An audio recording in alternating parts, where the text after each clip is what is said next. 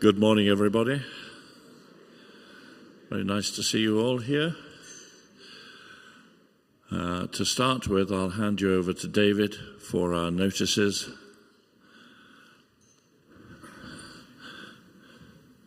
Okay, thanks. Good morning, everyone. The first thing I just want to say, you'll find a floating photographer going around this morning. If anybody objects to their photograph being taken, because we'll probably put them on our website, will you please let Peter Trant know, who's the person in the corner taking photograph now?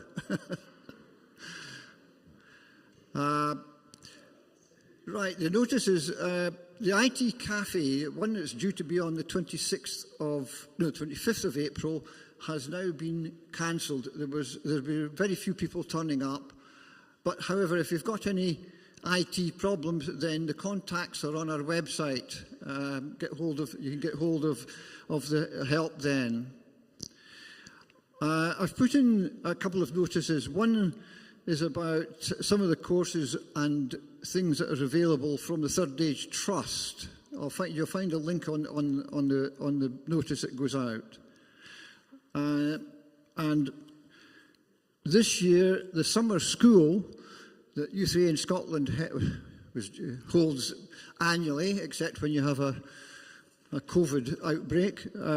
Last year's has been brought forward to this year, and so all the details for the 2022 summer school in Stirling will be attached to the notice when it goes out.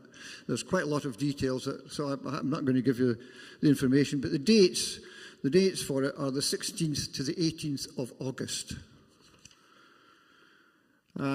Now, during lockdown, u3a in Scotland developed another wing called Online Across Scotland. This was providing lots of online talks and information, and they're just going to start a new bring a coffee and join the discussion group, just in case you feel you can't get out. Personally, I think I'd rather come out and meet people, but they're offering this online one. And lastly, many of you will know Graham Forsyth and his late wife Audrey. Graham was a great, he used to lead the IT group amongst other groups in Perth, and he moved through to Bearsden. Now, during lockdown, he started writing a book series about some of the travels that he and his wife had done, because his wife apparently made copious notes and a whole lot of information.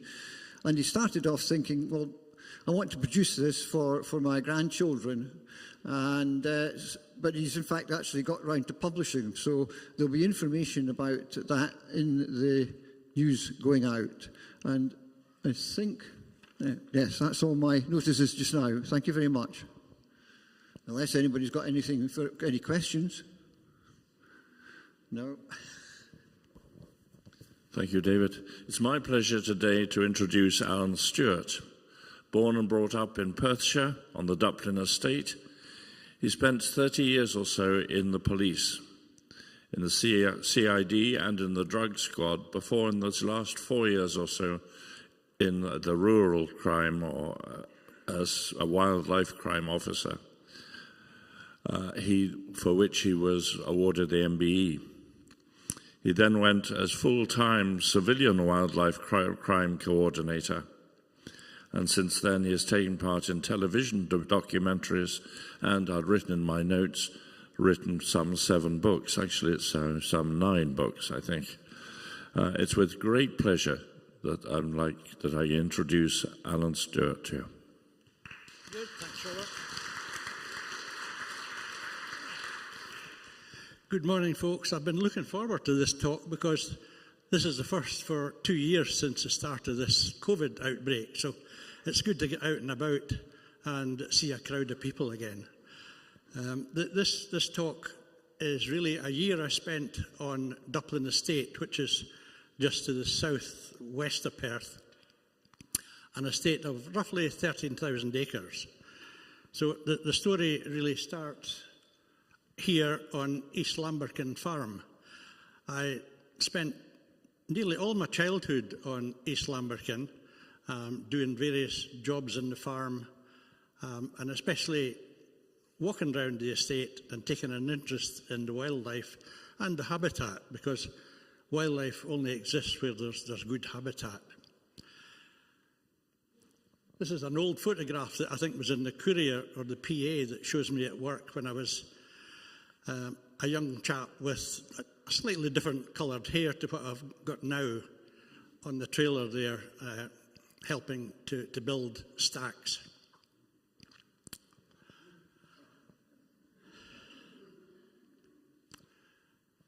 Now, looking at the habitat, first of all, on the estate, there are plenty really old trees that are great for all sorts of wildlife, particularly birds nesting. And it's difficult to see. Now, did somebody say the lights might be turned down a wee bit? Is that possible to make these pictures clearer? I don't know.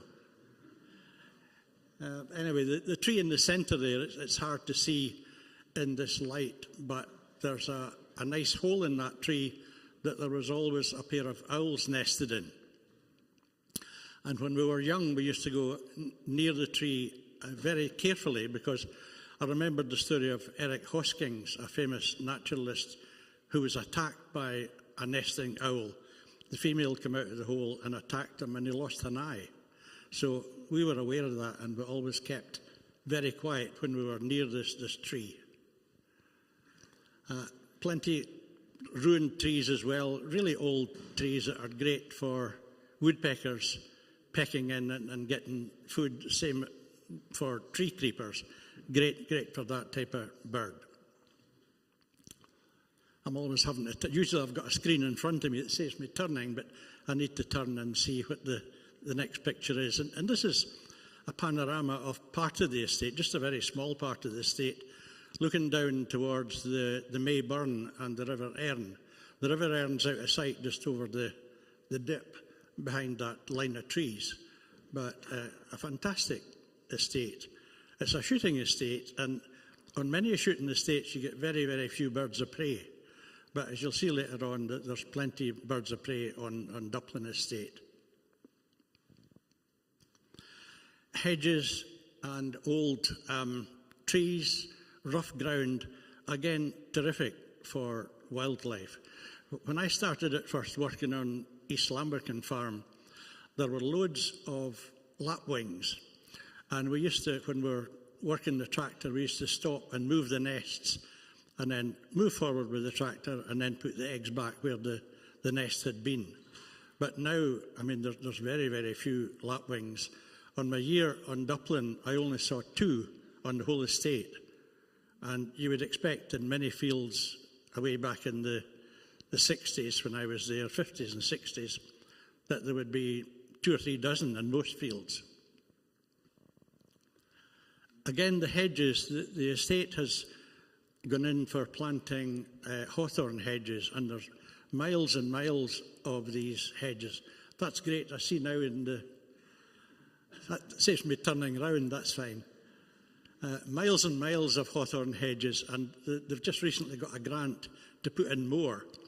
And I saw another 3 or 4 miles of new hedging one of the last days I was across part of the estate. And again, these hedges are great for berries in the winter time, and that attracts some of the Scandinavian visitors for the winter that come to this country, redwings and field fairs, as well as some of the local birds. When you see the amount of berries on that one tree there, and the estate is just covered in trees like that, so a fantastic habitat for wildlife. And plenty ponds as well. It's the variety of habitat on Dupplin that I like.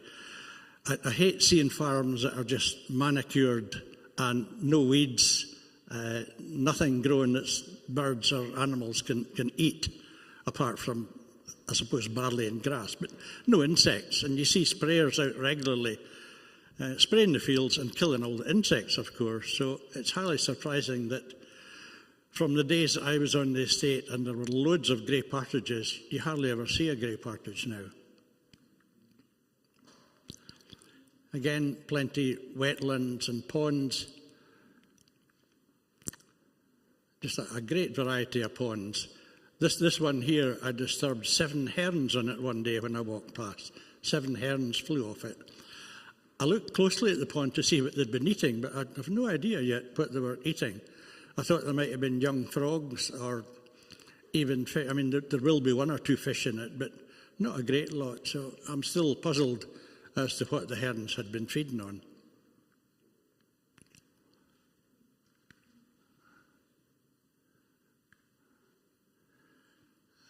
Another pond, and even flooded areas in the winter time in some of the fields are great. This particular flooded area here remained flooded for probably 2 or 3 months in the winter time, and the last time I looked at it, there was a pair of shell duck swimming about in it. Now, that's the first I've ever seen shell duck on Dupplin Estate.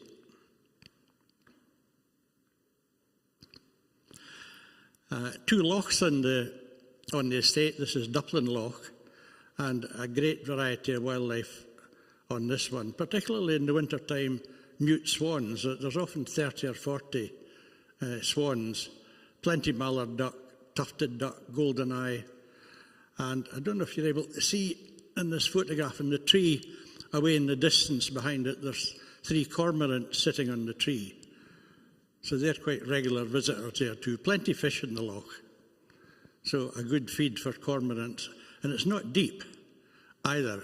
I don't know how deep it is, but you can see the ducks upending and feeding on the bottom in quite a lot of the parts of the loch. So it must only be maybe 18 inches, 2 feet deep in parts.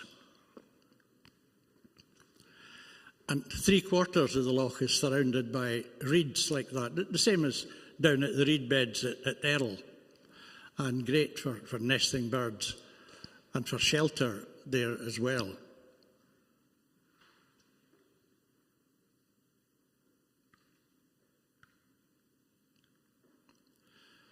And the other loch, Pitcairn Loch, is my favourite, I think, of the two. It's a smaller loch, but some great wildfowl on Pitcairn as well. I tried some fancy photography one day. I took a photograph of part of the loch through a hollow tree trunk, and I thought it would come out quite well. And the river that runs through the estate, of course, the River Erne. This corner here, this pool, is called the Minister's Pool, and it's a great pool for holding salmon. I mean, the Erne, again, nothing like the salmon in the Erne that there used to be. When I was a laddie and we went down to the river in, say, January, February, after the spawning time, there was always loads of dead salmon in the river that had come floating down after spawning. In the year I was there, I never saw a single dead salmon, and I never saw a single fish jumping out of the river either. So a big difference in the salmon numbers. Again, going back to my policing days, I used to specialise in catching poachers out in the Tay here, especially down at the harbour. They fished from Moncrief Island, and they were down there at night casting their lead weights and hooks into the river and pulling them and jerking them to contact a fish and then landing it very quickly and then trying again for another one. I had a good informant that was regularly at this poaching down there. His best nights fishing by that illegal method was 30 salmon. So again, it showed you the numbers of fish there at that time. So the Erne's the very same. The numbers have dwindled. And this part of the Erne is a great bit for otters. Every time I walk down there, there's plenty signs of otters, and I watched 2 young otters playing in the river one time. I just sat and watched them. I sat on the bank, and I don't know if they were aware of me or not, but they didn't see me as a threat anyway. And they played away in the river for probably half an hour. And I got fed up before they did, and I left, and they scarpered after that. The state are very good at looking after wild birds, and this is one of several areas that they plant with quinoa or quinoa. There's about 10 acres, and there's hundreds and hundreds of wee birds on this during the winter time, and that gives them shelter and stacks of food over the winter. And it's only recently been ploughed in and reseeded again with the same stuff.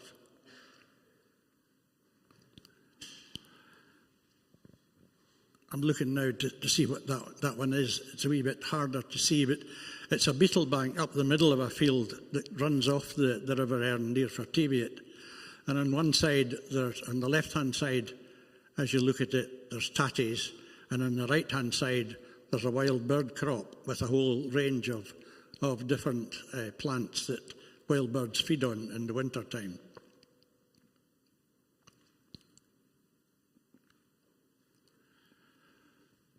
Oh, and again, I need to look around. I didn't see the colour so well in that one there, but a lot of their fields are planted around the edges with this crop here, Phacelia.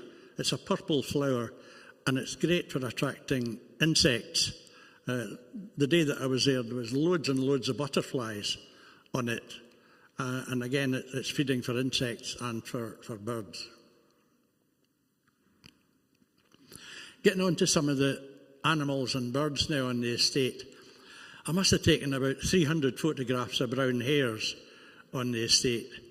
And the secret, I mean, it's only a wee-ish camera I've got. For those that are into photography, it's a bridge camera. It's between a wee pocket camera and a big long lens thing. And the secret is to get close to the animals and get a half-decent photograph. And I tried to get as close as I could without disturbing the hares or whatever I was photographing, and then come away again and leave the animal or the bird where it was initially. And hares, they clapped down very close to the ground initially, but as you stood there, they realised that you weren't causing them any harm, and they gradually come up a wee bit off the ground. But that's a fairly typical pose. That one's starting to come up a wee bit off the ground as I stood near it. And it lets you see how difficult they are to see in a stubble field. That one sat, I must have photographed that maybe 10 or 20 times, and it sat there the whole time until I walked away, and it remained sitting where it was. When I photographed that hare there, it was at home when I was looking at the photographs that I realised there was another one sitting beside it. You see the head of the second hare to the left of the photograph there. And I never saw that at the time I photographed it. And hares at that time of year, that was very early spring, probably round about now.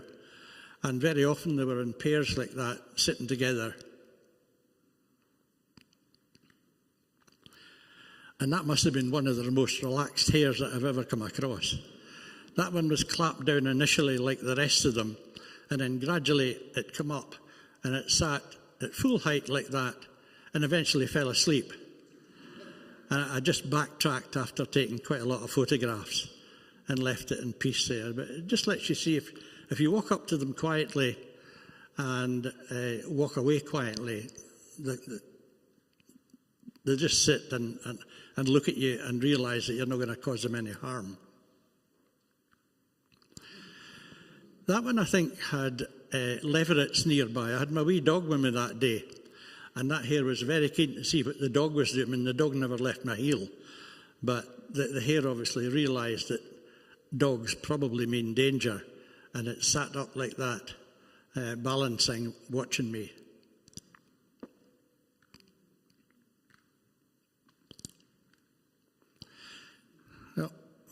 Way too far. That one's been in a scrap. You see, on its right hind leg there, a great big chunk of fur missing. And the skin looked actually a bit yellow underneath it. But it didn't put it off because there was another 3 hares came hopping by, and it went away to join them. And there it is, away for another scrap.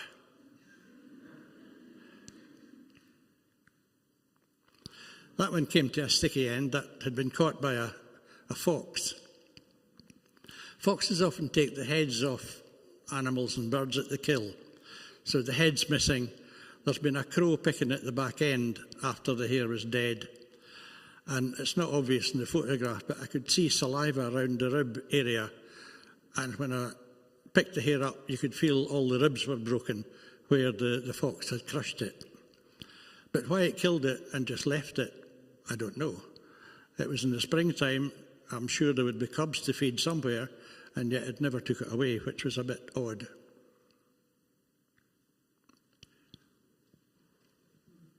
I'm looking to see what that is, but that's a hare's form, where a hare's been sitting probably over 3 or 4 days, and the grass is flattened down and actually starting to lose some of its colour as well. But they favour certain places and they go back to them for certainly a good 2 or 3 days unless they're disturbed. And that's been a fox digging at a mouse hole. It's dug in from the end. It's dug for about 1 foot in length until it's eventually, I suspect, found the mouse. It wouldn't dig a hole unless it knew there was a mouse there. It's either heard it or smelt it or both and started to dig. And poor wee mousey, I'm sure, has come to a sticky end. Maybe that one there, you never know. Plenty of foxes on the estate as well. Although the keeper there is quite hard on the foxes. He kills about 200 a year, but he's only just causing a vacuum for other ones to move in. And that's slightly different. That's been a badger snuffling away there with its nose, looking for worms. And you can see the hole at the end is round where the badger's been poking its nose in and making the end of the hole round. So you can see the difference here between the badger snuffling and the fox digging.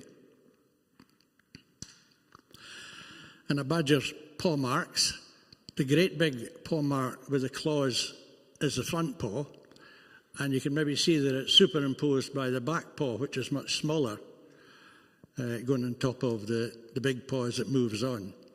Not a lot of badgers in Dupplin. There's 1 or 2 down near the bottom of the Cairney Braes and across by Kiltmalundy Farm, which is between the Cairney Braes and Methven. But beyond that, there's not a lot of badgers on the estate.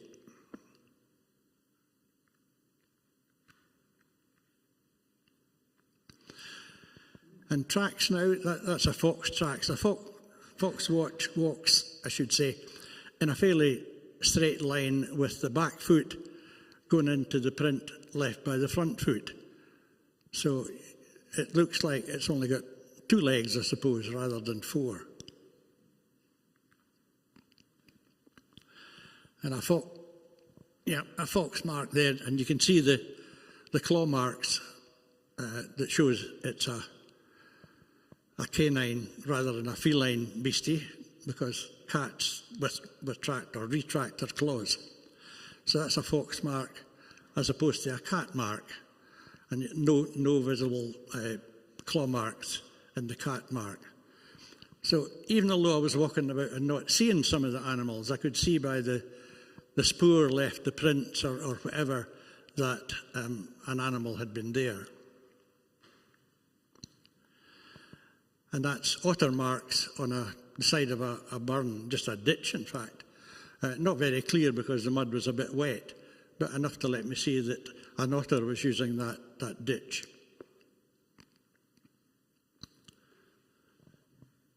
And rabbit marks this time, crossing a fairly damp, muddy part. Now on to different kinds of spoor. That's fox droppings. That's a fox scat that's referred to.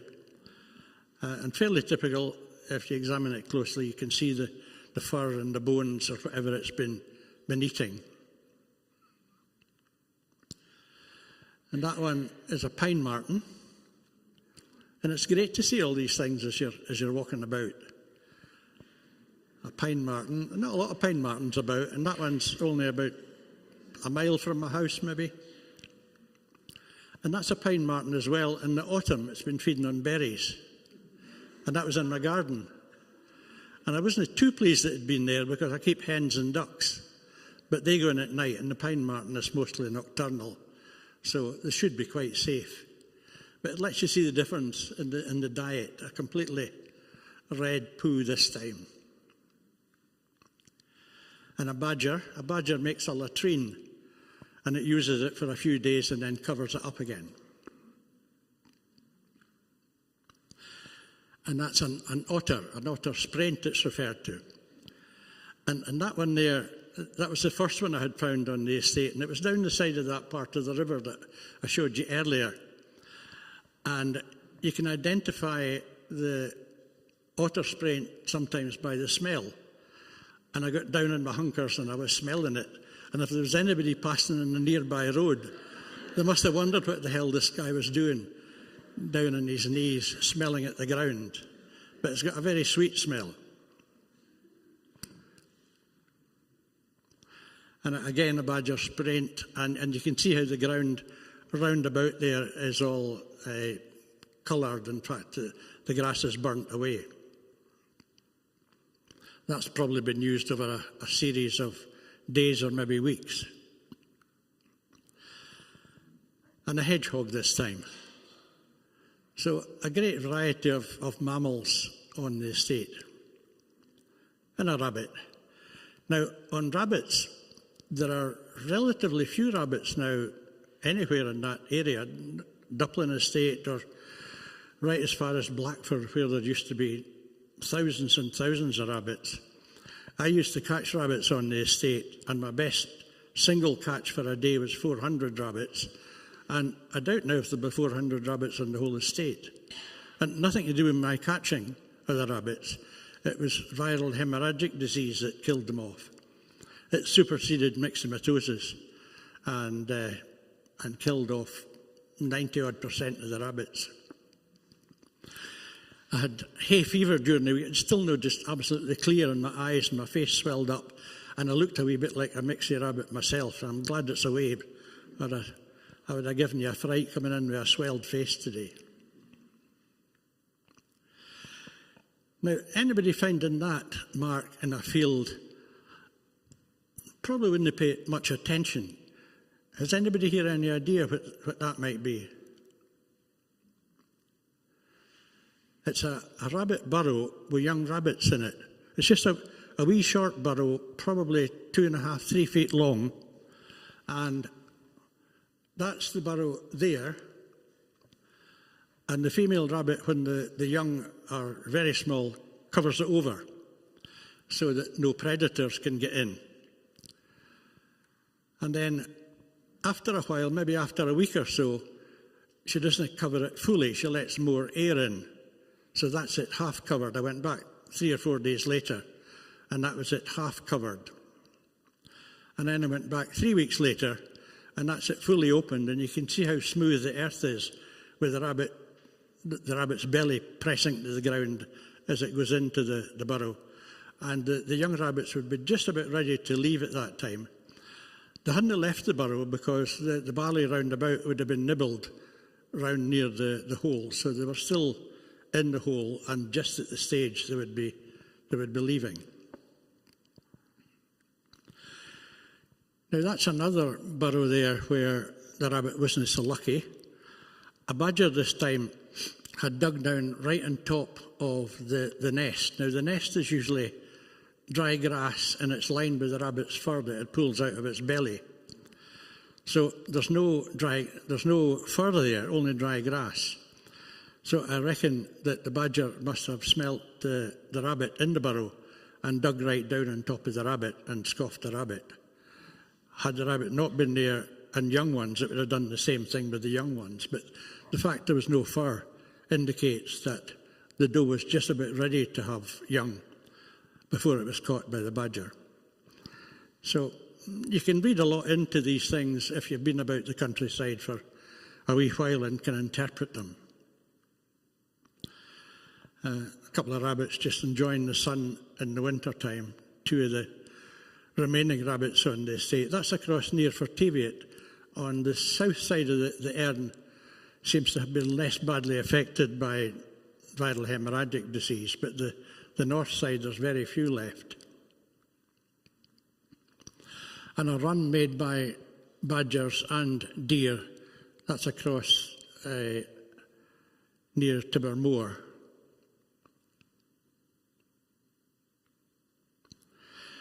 And again, you can interpret what's about by looking for hare.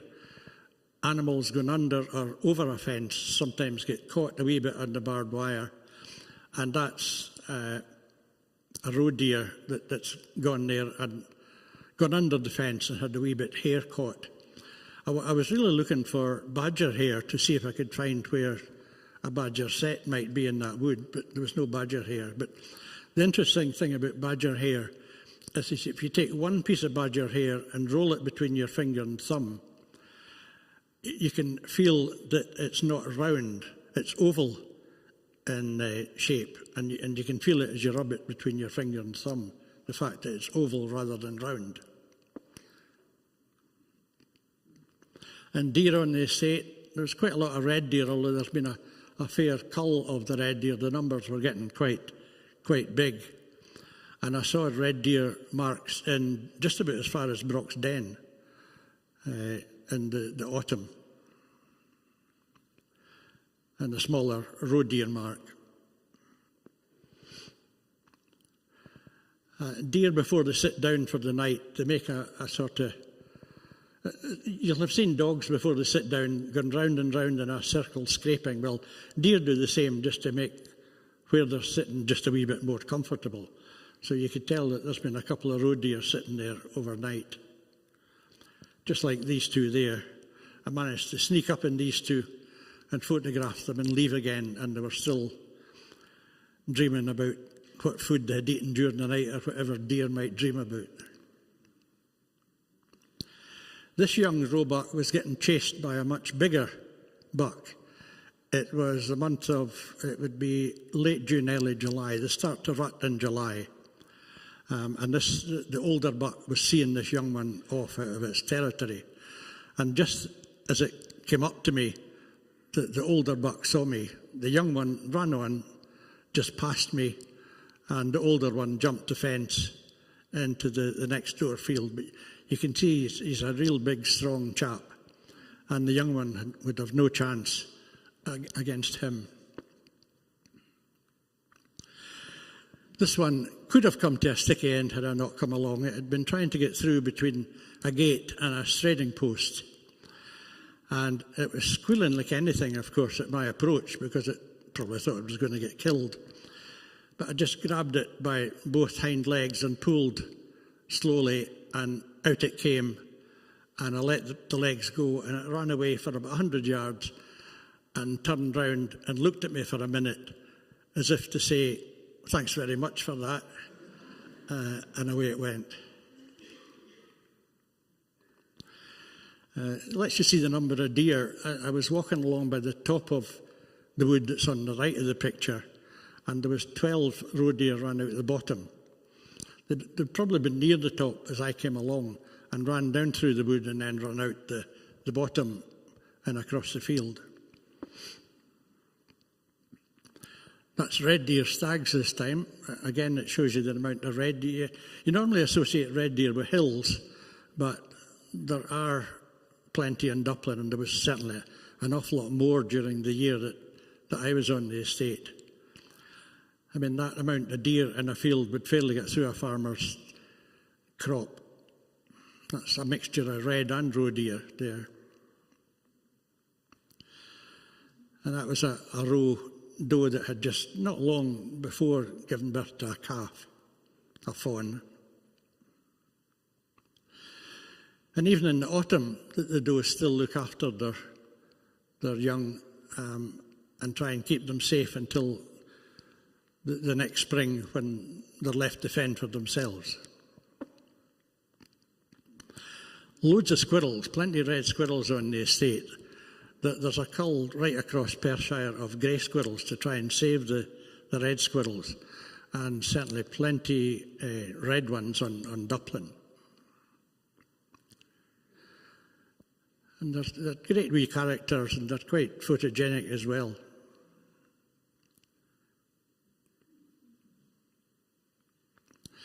and beavers, a good number of beavers. That's a beaver lodge down beside the River Erne. And a lot of work in that, when you see the amount of work carting all these sticks to make this lodge. You can imagine where the simile comes from, as busy as a beaver. And somewhere away up the Erne, a beaver had taken that tree down. You can see the bottom there, it's an ash tree. The bottom had been chewed by beavers until it fell over. They'd stripped all the branches off it, and it had floated down the Erne in a spate.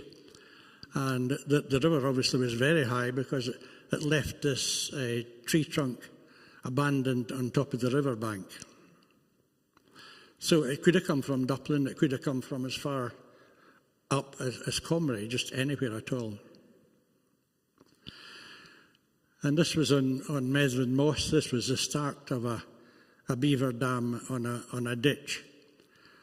So they can fairly build the dam up, and then the water is 4 or 5 feet high in the pool behind it, and just the normal level as it runs through the dam. I occasionally got an unusual find, and I'd never seen that amount of ladybirds before, but this was them overwintering on a gatepost. And I suppose there would be a few hundred altogether. This was only one part of the batch of ladybirds, but there'd be a good few hundred. And they stayed there until late March the next year. On birds now, bullfinch, one of the most colourful of the birds, a male bullfinch. And a siskin. I like siskins because they're easy to photograph. You don't have to creep up on them. They just sit there and they feed away, especially if they're on an alder tree like that and feeding on the seeds in the alder tree. So they're really good from a photography point of view because they're quite tame. I had about 50 or 60 siskins visiting my feeders in the garden this winter. I've never seen so many. And that one there, a linnet, sitting on a nice branch. Again, quite photogenic. And robins, of course, plenty of robins.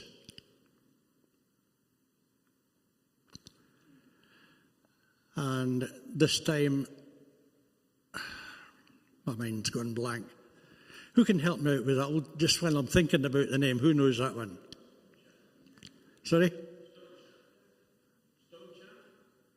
No. Who else said it? No, I'm not hearing them. This is the worst of getting old. I'm partly deaf. And I can't hear high sounds either. When these birds are whistling, sitting on branches like that, I can't hear them. Anyway, it's a meadow pipit. I don't know if anybody said meadow pipit, but that's what it is. And a blackbird singing away. I could hear the blackbird okay.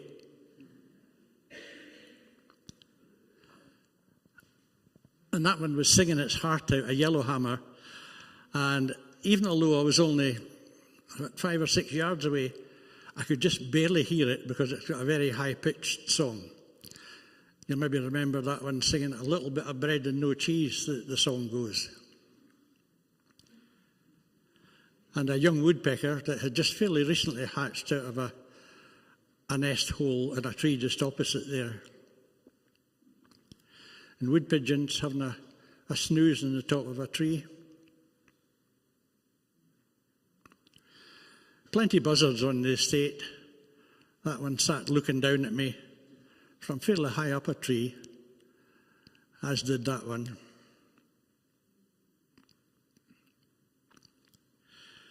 And a fairly unusual cock pheasant, a melanistic one, a black one.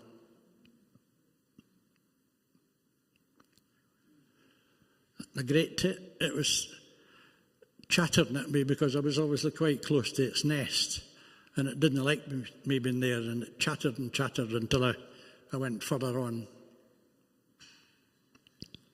A pied wagtail down by the side of the May Burn beside the River Erne. And a hern. It's quite difficult to get close to herons because they're very wary birds. and difficult to get close to snipe as well. That's about the only time that I've ever seen a snipe before it's seen me. And I managed to get one or two photographs, and it did see me eventually and flew off. And a reed warbler, plenty of them on the estate, because there's plenty of reeds, plenty wetlands. So again, habitat means that there's wildlife. A common sandpiper down by the side of the May burn, and a male goosander. They're quite heavily persecuted because they take quite a lot of fish, and anglers don't like them. So you can get licences from Scottish Government to shoot certain numbers of goosanders, which is a pity because they're a bonny looking bird. And a moorhen, and a shell duck this time. And grey-lag geese. There's a lot of grey-lag geese pair up and breed in this area now. So that's a pair that are probably breeding on the estate somewhere. A teal. These birds, when you disturb them, they go straight up in the air. They don't fly long ways, they just go straight up in the air. And that was a very unusual visitor. That was a little ringed plover. And there's not many of them in Scotland during the breeding time. I'm sure they would breed somewhere nearby to where I saw them. I went back later on, but I didn't find any sign of them breeding. Maybe they had bred and the eggs were taken. But it lets you see how well camouflaged they are against the white stones on the side of the burn there.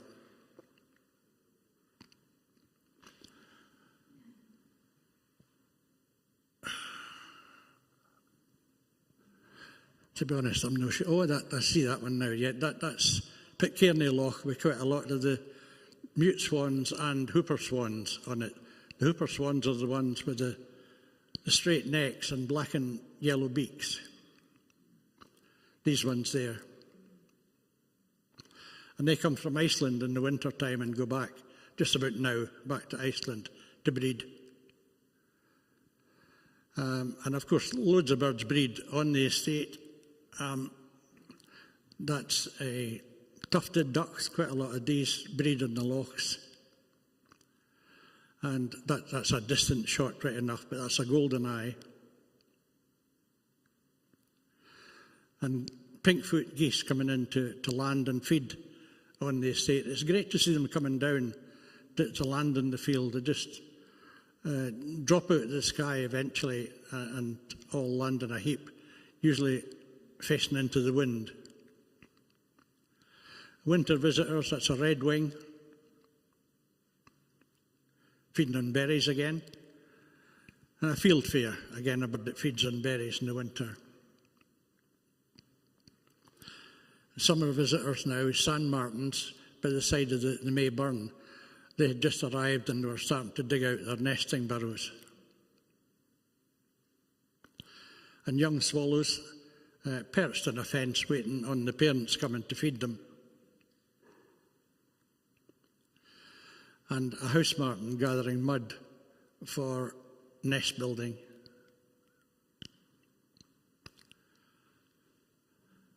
Yeah, that one there, I heard it singing. It's a garden warbler, and it's got a great song, and I heard it from about a quarter of a mile away, and I homed in on it, and it was at the other side of the River Erne, and I managed eventually to see where it was in a tree, and that was a photograph right across the river, so it's a teeny wee bird in a tree 100 yards away.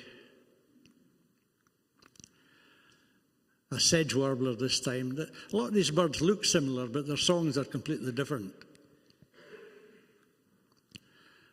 And a pied flycatcher.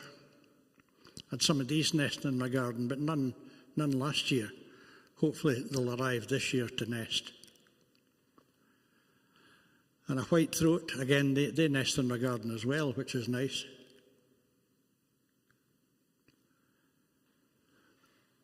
and a willow warbler this time. They're not quite such good singers, but they're nice wee birds nevertheless. One that's not there is a chiffchaff. I never managed to photograph a chiffchaff. And I was out with my grandson one day. He would be about 4 at the time, and I was taking him around a wood to see and to listen to the birds. And it was the springtime, and every time I heard a bird, I was telling him what it was. That's a blackbird psalm, and that's a chiffchaff psalm, and that's a song thrush psalm, and that's a chiffchaff psalm. And then as I went through the wood, I was telling him about all these birds.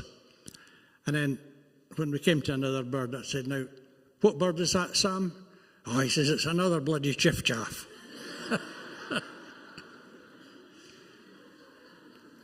A mallard duck with a brood of young, and Canada geese with 6 young there. Now, I don't know what happened with them, because the male disappeared off the loch, and eventually the female was just left with one chick.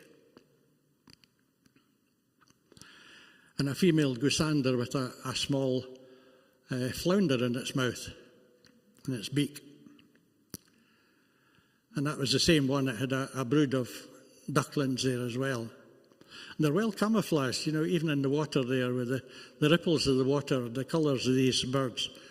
They're well camouflaged. And a grey wagtail feeding a chick. And to finish up, 2 rabbits standing to attention. 2 wee rabbits. So that's the next generation of rabbits that'll now be having young themselves. And that brings me to the end. If there's copies of the book out the front there, Walking with Wildlife, about 100 photographs in it, some of which I've showed you there. And there's a copy as well of my latest book. I started to write crime fiction, and there's one there called Calls from the Wild. And it relates to a lot of the things that I dealt with during my time as wildlife crime officer. So if anybody is interested in any of them, Walking with Wildlife is £15. The crime fiction one is £10. And if you want them signed, they're at the front, and I'll go out there to be there if anybody wants a signature. Nothing extra for a signature. It's free. And that brings me to an end, and I'm happy to take any questions if there's time for that.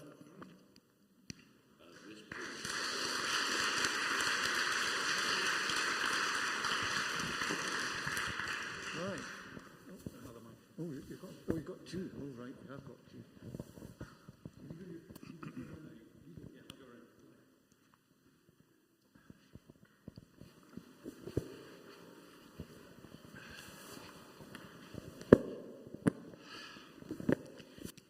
Who currently owns the Dupplin estate, and how accessible is it to the public for walking round? It's owned by Lord Forteviot, and part of it owned by Lord Forteviot, and part of it the Dupplin Trust. And it's very accessible. I mean, all of Scotland now is accessible to the public, as long as they stick by the countryside code.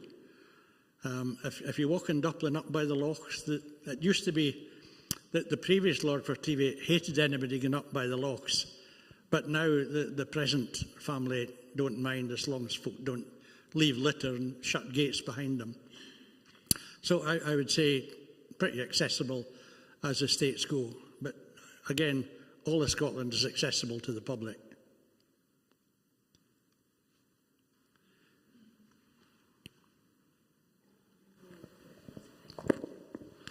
We live near the River Almond and the Almond Burn, and I'm hearing owls hooting during the day from about 8 o'clock in the morning till about 1 in the afternoon. Any suggestions for why that might be? Sorry, I think that was about owls hooting during the day. During the day? Yeah. Especially in the morning, 8 o'clock to midday-ish. Yeah. And it'll probably be about now, I think, at this time of year. Yes, it is. I don't know why they do it, but I never knew about that until one of my previous books was called A Wealth of Wildlife, and it was a year on the Highland Perthshire estate. and I heard them quite often there. And I've heard them even in my garden, hooting during the day. I don't know why it is. But it's always round about breeding time, round about now. Yes. Whether it's communication between the male and the female on the nest, I don't know. Could be. Okay, thank you.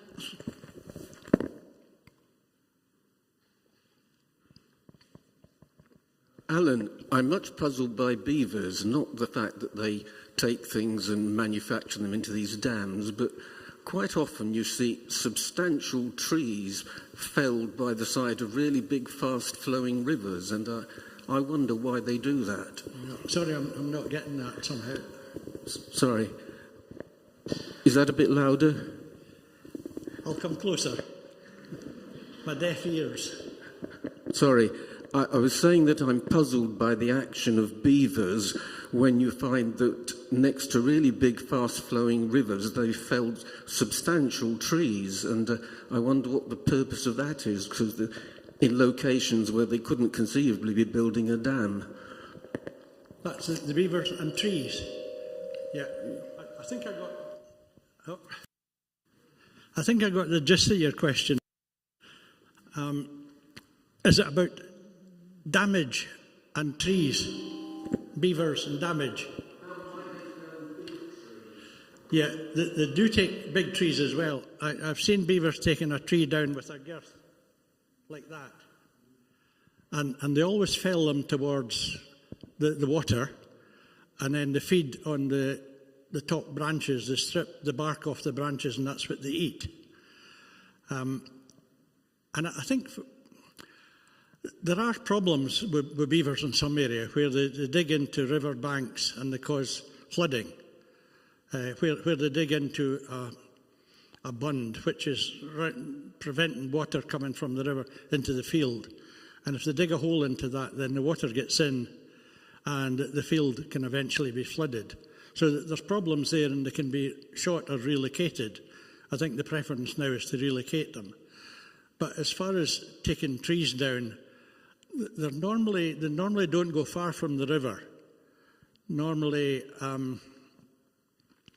20, 30 yards maximum, and take trees down that land in the river. And it mostly benefits the water, the river. It increases the level, and there's more invertebrates, there's more wildlife, and if there's fish needing to go up the river, they can still get up over the dam at times of high water. So by and large, they improve habitat, except for some low-lying areas where they can cause flooding to fields. I'm not sure if I got all your question, but does that fairly comprehensive answer it? Yes. Okay. When I worked on Dupplin Estate a few years ago, there was osprey over Dupplin Loch. Yeah. Is that still there? There's probably, I think, maximum there was probably 5 pairs of ospreys nesting on Dupplin Estate at various places, including up at Dupplin Loch. The year that I was there, there were 2 pairs at least up towards Dupplin Loch. 1 pair years ago came a cropper because they nested on top of a wooden electricity pole down near Fortiviate, and it was hit by lightning, and the nest went on fire. But apart from that, they've pretty much been successful. Hello, Alan. You came to us a few years ago and talked about wildlife crime. Didn't you, Perth u3a, a few years ago? So I don't know why I'm not picking that up. Can you hear me? Try it without the microphone. Oh. Alan, can you hear me? Yeah. You came to us a few years ago to speak to u3a about wildlife crime, and I bought your book. How do you feel about man being allowed, there being a law that allows man to kill these most beautiful birds just for the sake of a fish? Are you talking about ospreys or the goosanders? Yeah. The question there for folk that didn't hear it was why are people allowed to shoot birds such as goosanders? I suppose the difficulty there is that the legislation says that they can, and it's up to people, if they think it's justified, to rebel against the legislation and get it changed. So as far as the police are concerned, they've got to uphold the law as it is, not as some folk might like it to be, or indeed as the police officer might like it to be. But the law just now says that certain birds can be killed under licence, one of these birds being the goosander. But I can tell you that the licences are being tightened up. They've been tightened up already in parts of England. They've certainly been made very much tighter in Wales, and that'll come in Scotland as well. The birds, for instance, like jackdaws, might not be allowed to be killed unless they're maybe taking grain in a farmer's store or something like that. But certainly things are improving for wildlife, and the carte blanche to shoot loads of birds has certainly been tightened up. So in the meantime, I and others often get annoyed at the amount of birds that get shot, but I would think within the next few years there'll be a lot less will be getting killed legally.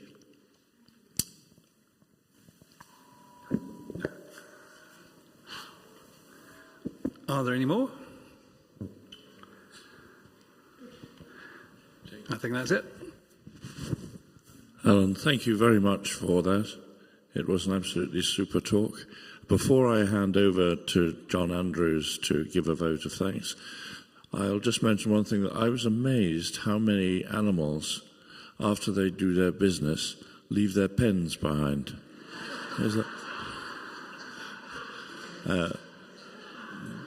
John, can I ask you to?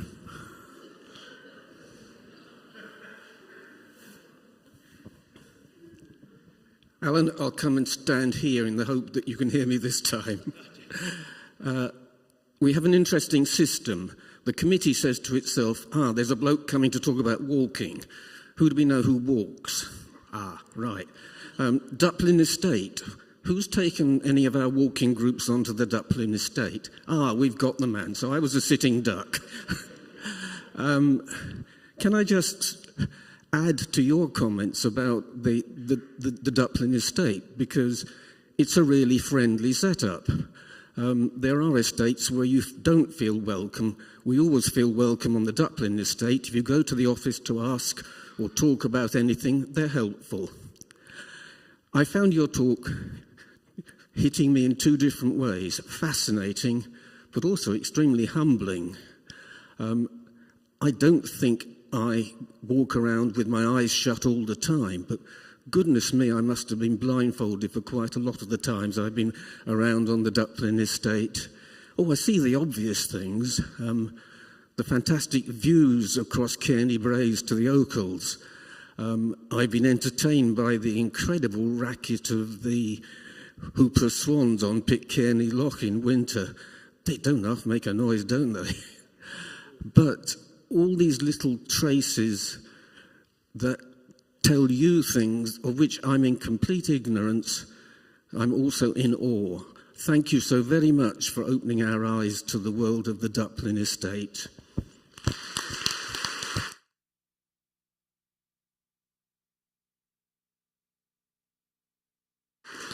Thank you, John. I shall give Alan time to get to his desk if he wishes, and just announce when we're next meeting and so on, which is of course on May the 2nd, which is our AGM, and please come to that, because if we don't have a quorum, we have to call another meeting and it becomes really tedious. And we also have Peter Trant is going to very kindly show us his pictures and so on of Patagonia. Now, he has emphasized that this is not our holiday pictures. All right? He's taking a serious look at the wildlife and the geography and so on of that, and he's another infuriating person who takes good photographs. So please come on May the 2nd. Thank you all very much for coming today.